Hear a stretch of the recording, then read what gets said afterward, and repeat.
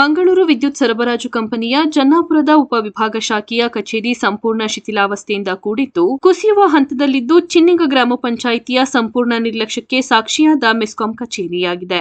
ಜನ್ನಾಪುರದ ಮೆಸ್ಕಾಂ ಶಾಖಾಧಿಕಾರಿ ಕಚೇರಿ ಕುಸಿಯುವ ಹಂತದಲ್ಲಿದೆ. ಮೇಲ್ಛಾವಣಿ ಇಲ್ಲ, ಸುಣ್ಣ ಇಲ್ಲ, ಬಣ್ಣ ಇಲ್ಲ, ಕಣ್ಣಿಗೆ ಕಾಣಸಿಗುವ ಗೋಡೆ ಬಿರುಕುಗಳು, ಶೌಚಾಲಯವಿದ್ದರೂ ನೀರಿಲ್ಲ, ಮುರಿದು ಹೋದ ಬಾಗಿಲುಗಳು, ಮೆಸ್ಕಾಂ ಕಟ್ಟಡದ ಮೇಲೆ ನಿಂತ ಗಿಡಗುಂಟೆಗಳು, ಕಚೇರಿ ಒಳಗೆ ತೊಟ್ಟಿ ಕೂತಿರುವ ನೀರಿನ ಸಿಂಚನಗಳು, ಚಾವಣಿ ಪದರ ಉದುರಿ ಬೀಳುತ್ತಿದೆ.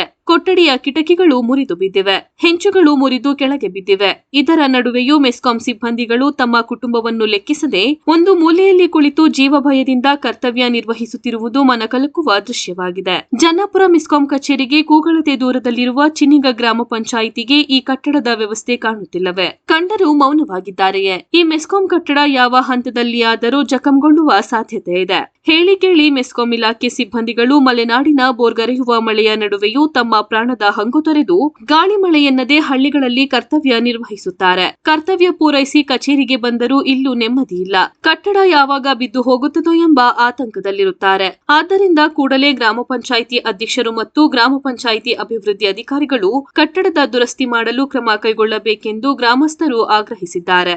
ಈ ಕುರಿತು ಗ್ರಾಮ ಪಂಚಾಯಿತಿ ಮಾಜಿ ಅಧ್ಯಕ್ಷರಾದ ಭಾಗ್ಯ ಲಕ್ಷ್ಮಣಗೌಡ ಮಾತನಾಡಿ, ಇಡೀ ವಿಶ್ವದಲ್ಲೇ ಭಾರತವು ಕೆಲವೇ ವರ್ಷಗಳಲ್ಲಿ ಅಭಿವೃದ್ಧಿ ಹೊಂದಿದ ದೇಶ ಎಂಬ ಹೆಗ್ಗಳಿಕೆಗೆ ಪಾತ್ರವಾಗುತ್ತಿರುವಾಗ ಜನ್ನಾಪುರದ ಮೆಸ್ಕಾಂ ಉಪವಿಭಾಗ ಕಚೇರಿ ಈ ದುರಸ್ತಿಗೆ ಬಂದಿರುವುದು ನಿಜಕ್ಕೂ ಶೋಚನೀಯ.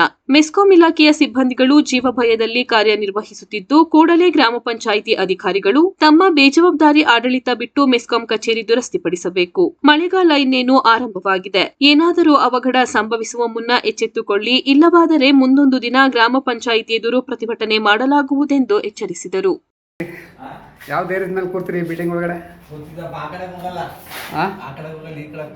ಹೌದಾ? ಅಲ್ಲ ಪಾಪ ನಿಮ್ಗೆ ಸಂಸಾರ ಎಲ್ಲ ಇರ್ತದೆ, ಯಾವ ಧೈರ್ಯದ ಮೇಲೆ ಕೂರೋದು ಅನ್ಬೇಕಲ್ಲ. ಹೌದಾ? ಹೌದು, ಎಲ್ಲ ಕಡೆ ಹೋಗಿದೆಯಲ್ಲ, ದಬ್ಬಾಕಂದ್ರೆ ಏನು ಮಾಡೋದು ಅಂತ.